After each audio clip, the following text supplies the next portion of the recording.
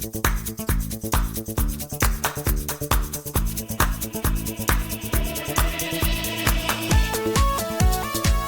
Hello friends, நான் உங்க SKA பேசுறேன். நம்முடைய அதிரடியான அப்டேட்.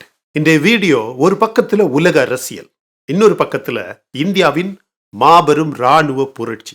ஒரு புறம் ரிலிஜன், மதம் சார்ந்த ஒரு போர், மறுபுறம் இந்தியாவின் ஏஎம்சிஏ போர் விமானத்தின் பீஸ்ட் மோட். ட்ரம்போட அதிரடி அறிவிப்பு, அமெரிக்கா காசாவை கைப்பற்றும், பாலஸ்தீனியர்கள் வெளியேறணும்.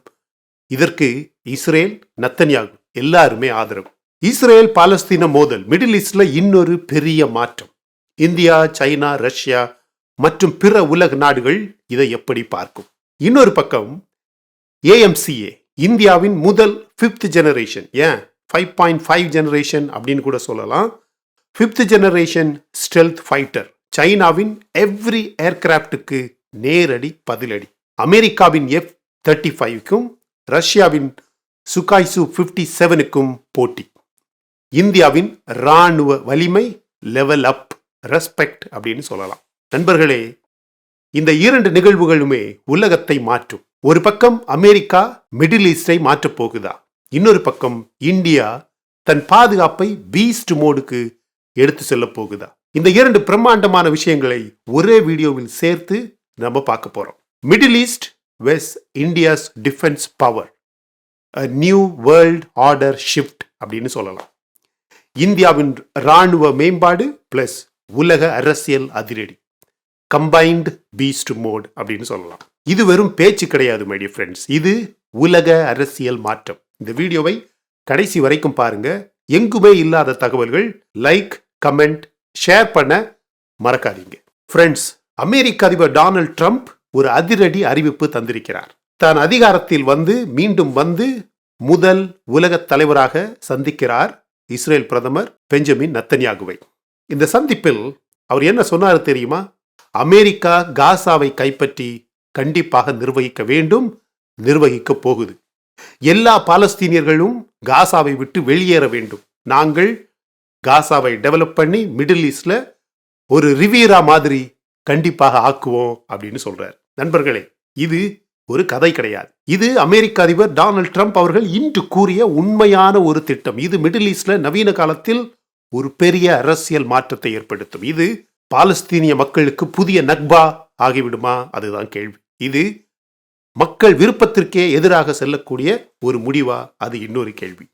இது சர்வதேச சட்டத்திற்கு எதிரா அப்படிங்கிறது மிகப்பெரிய ஒரு கேள்வி. ஃப்ரெண்ட்ஸ், இதை சாதாரணமாக பார்க்க முடியாது. ஒரு நாடு இன்னொரு நாட்டை கைப்பற்றுவது சரியா?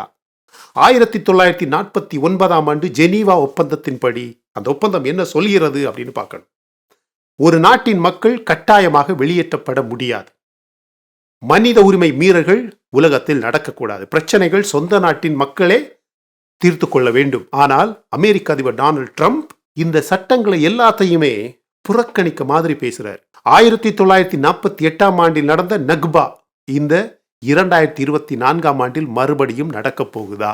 இஸ்ரேல் பாலஸ்தீன பின்புலம், அதனுடைய நடப்பு நிலையை நீங்க கண்டிப்பாக தெளிவாக புரிஞ்சுக்கணும். இன்னைக்கு இஸ்ரேல் பிரதமர் நத்தன்யாகவும் ட்ரம்ப் சந்தித்த உடனேயே, அவர்கள் சந்தித்த அந்த கூட்டத்திலேயே பத்திரிகையாளர்களிடம் கொடுத்த பெரிய இன்டர்வியூல உலகத்துல மிகப்பெரிய ஒரு அணுகுண்ட போடுற மாதிரி ட்ரம்ப் ஒரு அறிக்கையை வெளியிட்டிருக்கிறார். தொடர்ந்து அவர் பேசிக்கிட்டே இருந்தார். அதிபரான உடனேயே காசாவில் இருக்கக்கூடிய அதிகமான பாலஸ்தீனியர்களை, காசா மக்களை ஜோர்தானும் எகிப்தும் எடுத்துக்கொள்ள வேண்டும் அப்படின்னு தொடர்ந்து பேசிக்கிட்டே இருந்தார். இன்னைக்கு என்ன சொல்றாருன்னா, காசாவை அமெரிக்கா எடுத்து ஆளப்போகிறது, மொத்த காசாவையே மாற்றப் போகிறது அப்படின்னு சொல்றாரு. 1948இல் இஸ்ரேல் உருவான போது பாலஸ்தீனியர்கள் அங்கிருந்து அகற்றப்பட்டார்கள். இதே இந்த காசாவில் இருந்து அகற்றப்பட்டார்கள். பின்பு 1967இல் காசா மேற்கு கரை, வெஸ்ட் பேங்க், இஸ்ரேலின் கட்டுப்பாட்டில் வந்தது. ஞாபகம் இருக்கா?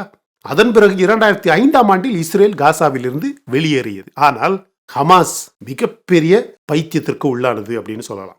2023 ஹமாஸ் தாக்குதல் 1200 இஸ்ரேலியர்களை கொன்றது. இதற்கு பதிலாக 47,000 பேர் இறந்தார்கள். இந்த நிலைமையில் ட்ரம்பின் இப்போதைய திட்டம் இன்னொரு பெரிய போர் வெடிக்க வாய்ப்பை உருவாக்குகிறதா? அதுதான் கேள்வி.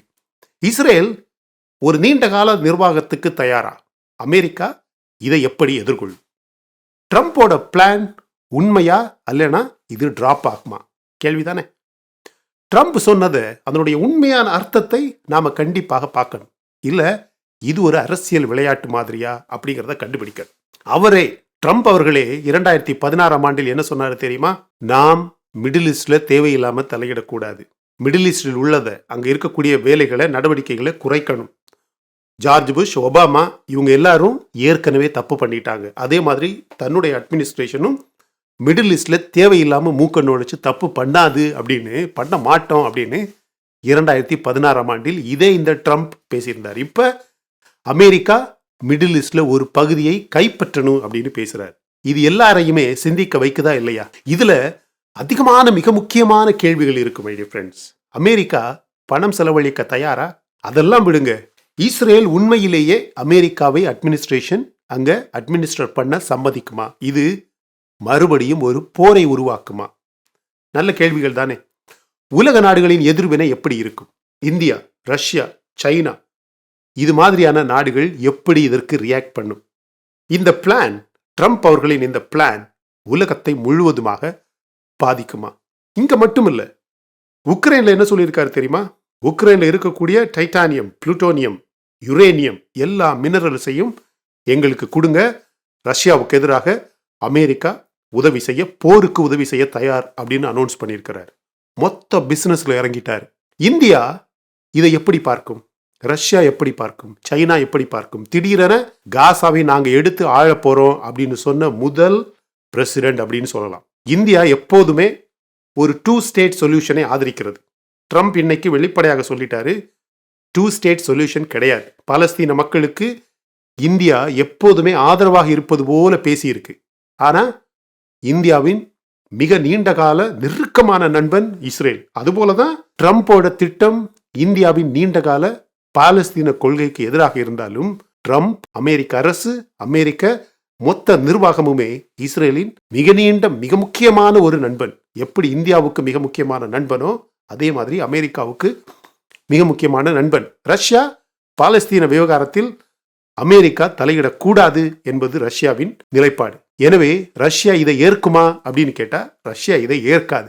எனவே இந்த ஐரோப்பிய நாடுகளும் மற்ற நாடுகளும் சைனாவோடு சேர்ந்து அல்லது ரஷ்யாவோடு சேர்ந்து ஒரு மிகப்பெரிய கூட்டணியை உருவாக்கக்கூடிய தருணமா அப்படின்னு கேட்கலாம்.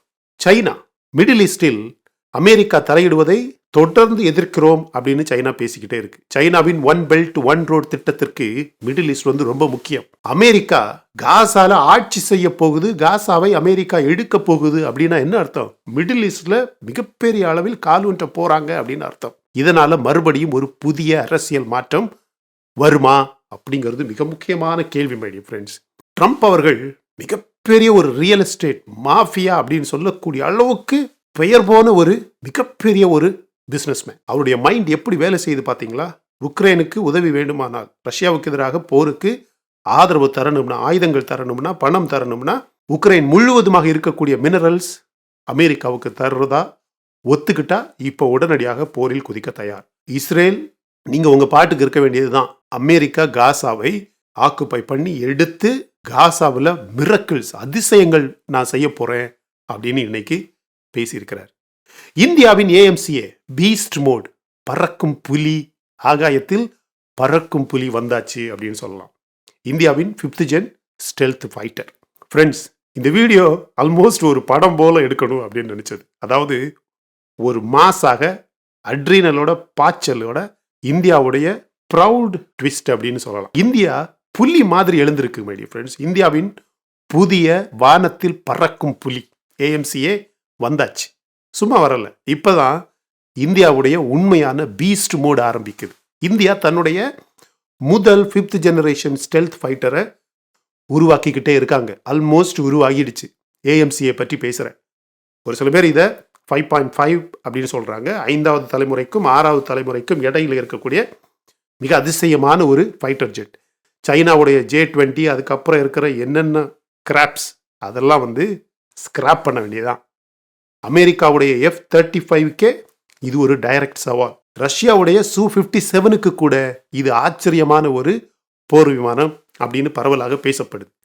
இந்த வீடியோவை கடைசி வரைக்கும் பாருங்க மை டியர் ஃப்ரெண்ட்ஸ். இந்தியாவின் பாதுகாப்புக்காக இந்த போர் விமானம் நாம் சொல்லக்கூடிய இந்த பீஸ்ட் மோட் எவ்வளவு முக்கியம், என்னென்ன சூப்பர் ஃபீச்சர்ஸ் இருக்கு, இது எப்படி எதிரிகளை அப்படியே ட்ரெம்பிள் நடுக்கமடைய வைக்கும்.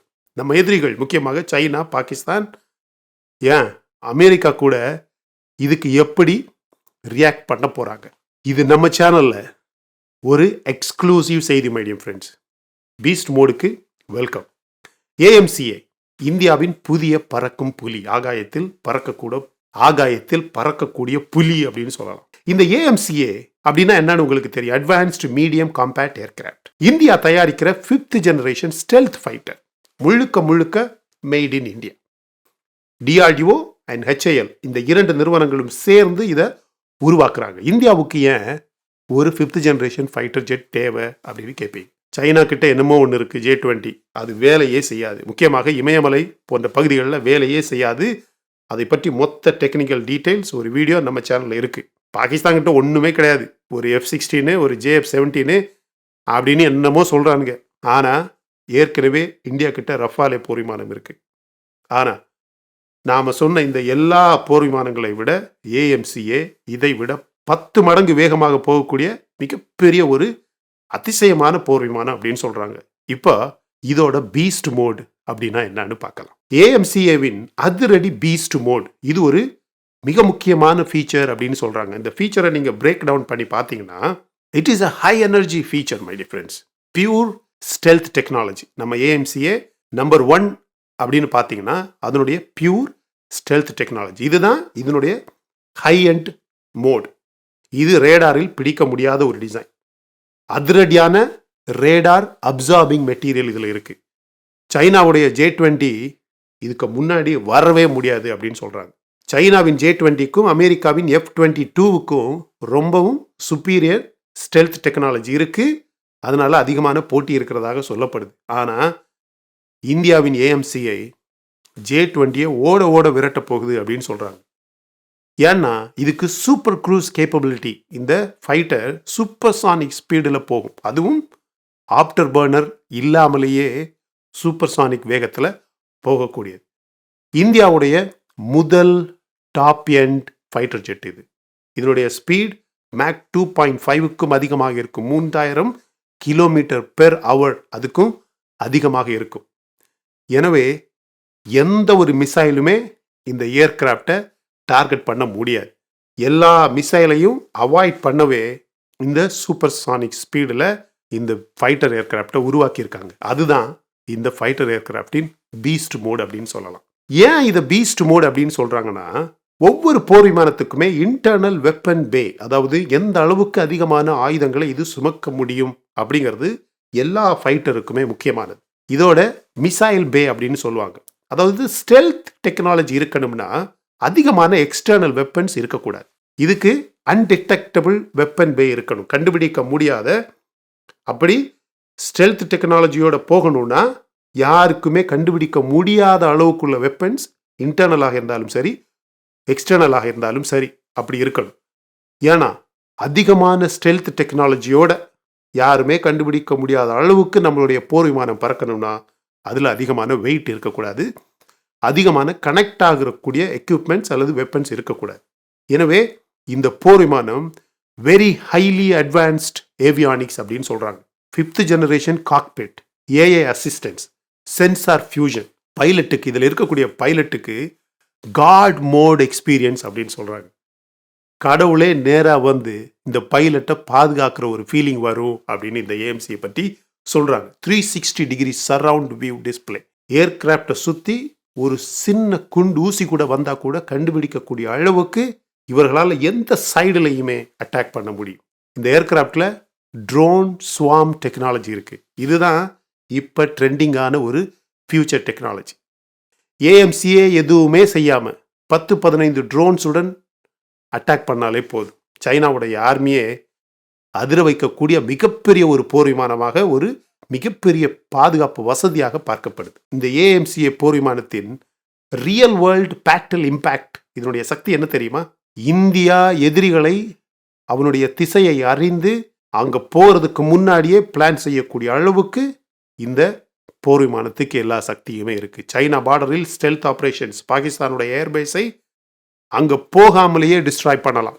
ஏர்கிராஃப்ட் கேரியர்ஸ் இருக்கு பாத்தீங்களா, இந்த போர் விமானம் தாங்கி கப்பல்கள் இருக்கு பாத்தீங்களா, அதை மொத்தமாக கவர் பண்ணக்கூடிய அளவுக்கு ட்ரோன் ஸ்வாம்ஸ் இந்த ஏர்கிராஃப்ட் கைட் பண்ண முடியும். ஏங்க அந்த J-20ஆல இந்த ஏஎம்சியை சுத்தி போகக்கூடிய ட்ரோன்ஸையே கண்டுபிடிக்க முடியாத அளவுக்கு மிக சக்தி வாய்ந்த ஒரு போர் விமானம் அப்படின்னு சொல்லப்படுது. இந்தியாவுக்கு இது மேசிவ் அட்வான்டேஜ். இந்தியாவுடைய பைலட்டுகளுக்கு இது ஒரு இன்விசிபிள் வெப்பன் கிடைச்சிருக்கு அப்படின்னு சொல்லலாம். எனவே நம்ம எதிரிகளும் சரி, உலகமும் சரி, மிகப்பெரிய ஒரு அதிர்ச்சியான பதிலை மட்டும்தான் கொடுக்குது. சைனா இதனால ரியாக்ட் பண்ணவே முடியாம இருக்கு. J-20 ஸ்டெல்த்னு சொல்றாங்க, ஆனா அது இது மாதிரி கிடையாது. ஏஎம்சிஏவுக்கு எதிரியோட ரியாக்ஷன் அல்லது கவுண்டர் அட்டாக் அப்படிங்கிறது இந்த சைனா பாகிஸ்தானை பொறுத்த அளவில் கிடையவே கிடையாது. பாகிஸ்தான் F-16 வச்சுக்கிட்டு ஓட்டிக்கிட்டு வெயிட் பண்ணிக்கிட்டு இருக்கிறான். பாகிஸ்தான் ஒரே ஒரு அமெரிக்காவின் F-16 வச்சு மிகப்பெரிய ஒரு ஏர்ஃபோர்ஸ் இருக்கிறதாக உலகத்துக்கு காட்டிக்கிறான். ஆனா இந்த ஏஎம்சிஏ வந்த பிறகு கண்டிப்பாக பயந்துட்டான் அப்படின்னு எல்லாருமே நம்புறாங்க. ஏங்க அமெரிக்காவே ரொம்பவும் சந்தேகத்தில் இருக்கிறதாக சொல்லப்படுது. நம்ம நாட்டில் நடக்க வேண்டிய அந்த ஏர் ஷோவுக்கு அமெரிக்காவின் F-35 வரவிருந்த போர் விமானம் நம்ம இந்தியாவின் ஏஎம்சிஏ ஃபைட்டர் ஜெட்டோட டெக்னிக்கல் டீட்டெயில்ஸ் தெரிஞ்ச பிறகு அவங்களுடைய ஃபைட்டர் ஜெட்டை ட்ரையலுக்காக அனுப்பவே வேண்டாம் அப்படின்னு முடிவெடுத்ததாக ஒரு வதந்தி இருக்கு. அமெரிக்காவின் F-35 இந்தியா வாங்காம இந்தியா தன்னுடைய இந்த AMCA most sophisticated highly advanced ஏர்கிராஃப்டை உருவாக்கிடுச்சு அப்படின்னு சொல்லலாம். அமெரிக்காவின் டிஃபென்ஸ் இண்டஸ்ட்ரிக்கு இந்தியா அதிரடியான ஒரு டேக் ஆஃப் கொடுத்துருக்கு அப்படின்னு சொல்லலாம். ரஷ்யா இந்தியாவை பார்த்து அப்படியே பாராட்டி கைத்தட்டுது அப்படின்னு சொல்லலாம். ரஷ்யாவுடைய Su-57க்கும் இந்தியாவின் ஏஎம்சிஏக்கும் சேர்ந்து மிகப்பெரிய ஒரு ஸ்டெல்த் கேம், ஒரு டாக் ஃபைட் எப்போ வரும்னு சொல்ல முடியாது. இந்தியாவின் திடீர் முன்னேற்றம் யாருமே எதிர்பார்க்காத ஒரு முன்னேற்றம் ஐடியா ஃப்ரெண்ட்ஸ். முக்கியமாக இந்த ஏஎம்சியை பொறுத்த அளவில் ஏஎம்சிஏ ரெடியாக இருக்குது. அதுவும் இந்த புதிய பீஸ்ட் மெத்தடில் பீஸ்ட் மோடோட ரெடியாக இருக்குது. 2 மோடு இருக்கும், ஸ்டெல்த் மோட், பீஸ்ட் மோட். ஒரே ஒரு சுவிட்ச் தான். சுவிட்சை அழுத்தினா தேவைப்பட்ட ஸ்டெல்த் மோடில் போகும். ஸ்டெல்த் மோட் எதுக்குன்னா யாருக்குமே தெரியாமல் உள்ளே போய் அவனுடைய டிஃபென்ஸ் சிஸ்டம், எதிரிகளோட மொத்த டிஃபென்ஸ் சிஸ்டத்தை அழித்த பிறகு நம்ம போர் விமானங்கள் ரொம்ப சுலபமாக அங்கே போய் வரலாம் அப்படின்னு ஒரு சூழ்நிலை இருக்கும் பார்த்தீங்களா. அப்போ தான் பீஸ்ட் மோடை ஆன் பண்ணுறது. பீஸ்ட் மோடை ஆன் பண்ண முன்னாடி பக்கத்தில் இருக்கக்கூடிய ஏர்பேஸில் போய் எல்லா எக்ஸ்டர்னல் வெப்பன்ஸை லோட் பண்ணிவிட்டு ஸ்டெல்த் மோடை ஆஃப் பண்ணிவிட்டு பீஸ்ட் மோடை உள்ள டீப்பாக போய் அடித்து தும்சம் பண்ணிட்டு வர்றதுக்கு தான் பீஸ்ட் மோட். எனவே ஏஎம்சிஏ 2025 ப்ரோட்டோடைப் டெஸ்ட்டுக்கு ரெடியாக இருக்குது. இன்னும் 1 அல்லது 2 வருடங்களில் ப்ரொடக்ஷன் ஆரம்பிக்க போகிறாங்க மை டியர் ஃப்ரெண்ட்ஸ். இந்தியாவின் ஏரோஸ்பேஸ் இண்டஸ்ட்ரிக்கே இது மிகப்பெரிய ஒரு மைல்ஸ்டோனாக பார்க்கப்படுது. இந்தியா சூப்பர் பவர் ஆகுமான்னு கேட்டுக்கிட்டே இருக்காங்க. பாதுகாப்பு துறையில் இது ஒரு புதிய சாப்டர். சூப்பர் பவர் ஆயிடுச்சு. ஸோ இந்தியாவின் பீஸ்ட் மோட் ஆக்டிவேட்டட். இந்தியாவின் ஏஎம்சிஏ பீஸ்ட் மோட் ஆன் ஆயிடுச்சு. சைனாவுக்கு பதிலடி, பாகிஸ்தானுக்கு நடுக்கம், உலகத்துக்கு ரெஸ்பெக்ட் அப்படின்னு சொல்லலாம். மொத்த உலகமுமே இந்தியாவுக்கு ரெஸ்பெக்ட் கொடுக்க ஆரம்பிச்சிருச்சு ஏஎம்சிஏ விஷயத்தில். முக்கியமாக இந்த பீஸ்ட் மோட் வந்து உலகத்தில் அதிகமான போர் விமானங்களில் இது கிடையவே கிடையாது. எல்லாருக்கும் ஸ்டெல்த் மோட் இருக்குது. ஆனால் இந்தியா முதல் முறையாக உலகத்தில் நம்ம ஏஎம்சிஏ போர் விமானம் வழியாக இந்த பீஸ்ட் மோடை இன்ட்ரடியூஸ் பண்ணியிருக்காங்க மை டியர் ஃப்ரெண்ட்ஸ். அசாத்தியமான ஒரு செய்தி, அசுரத்தனமான ஒரு செய்தி அப்படின்னு சொல்லலாம். ஆனால் இன்னைக்கு நான் உங்ககிட்ட கேட்க போகிற மிக முக்கியமான கேள்வி, ட்ரம்ப் வந்து காசாவை எடுத்து ஆட்சி செய்ய போகிறேன் அப்படின்னு சொல்கிறாரே, இது உண்மையிலேயே நடக்குமா? நடந்தால் எப்படி இருக்கும்? இஸ்ரேல் இதை எப்படி பார்க்க போகுது அப்படிங்கிறது மிக முக்கியமான ஒரு கேள்வி. நெத்தன்யாகு ஆதரவு சொல்லிவிட்டதாக செய்திகள் வருது. இன்னைக்கு அவர் இன்டர்வியூவில் வெளிப்படையாகவே சொல்லியாச்சு, அமெரிக்கா வில் டேக் ஓவர் காசா அப்படின்னு. இதை பற்றி நீங்கள் என்ன நினைக்கிறீங்க? இது உண்மையிலேயே நடக்கணுமா அப்படிங்கிறத பற்றி காமெண்ட் செக்ஷனில் பதிவு பண்ணுங்க. சரியா? இந்த வீடியோ பிடிச்சிருந்தா லைக் பண்ணுங்க. இன்னும் நம்ம சேனலை நீங்கள் சப்ஸ்கிரைப் பண்ணலைன்னா மற்ற வீடியோஸ் பாருங்கள் மை டியர் ஃப்ரெண்ட்ஸ். கண்டிப்பாக உங்களுக்கு பிடிக்கும். பிடிச்சிருந்தா சப்ஸ்கிரைப் பண்ணால் போதும். Thank you so much my dear friends for watching all my videos and supporting my channel. Until I come back with my next awesome video, it's bye-bye from Suresh. Stay safe, stay positive, stay active and stay fit, and always dream big in your life. நம்மளால் எப்போவுமே எதையுமே எங்கேயுமே சாதிக்க முடியும் அப்படின்னு நம்ம first நம்பணும் my dear friends. And as I always say, please take care of your parents at your home. உங்கள் அப்பா அம்மாவை உங்கள் வீட்டிலே வச்சு நல்ல சந்தோஷமாக பத்திரமா பாதுகாப்பாக பார்த்துக்குங்க my dear friends. Because it's very very very important. Thank you.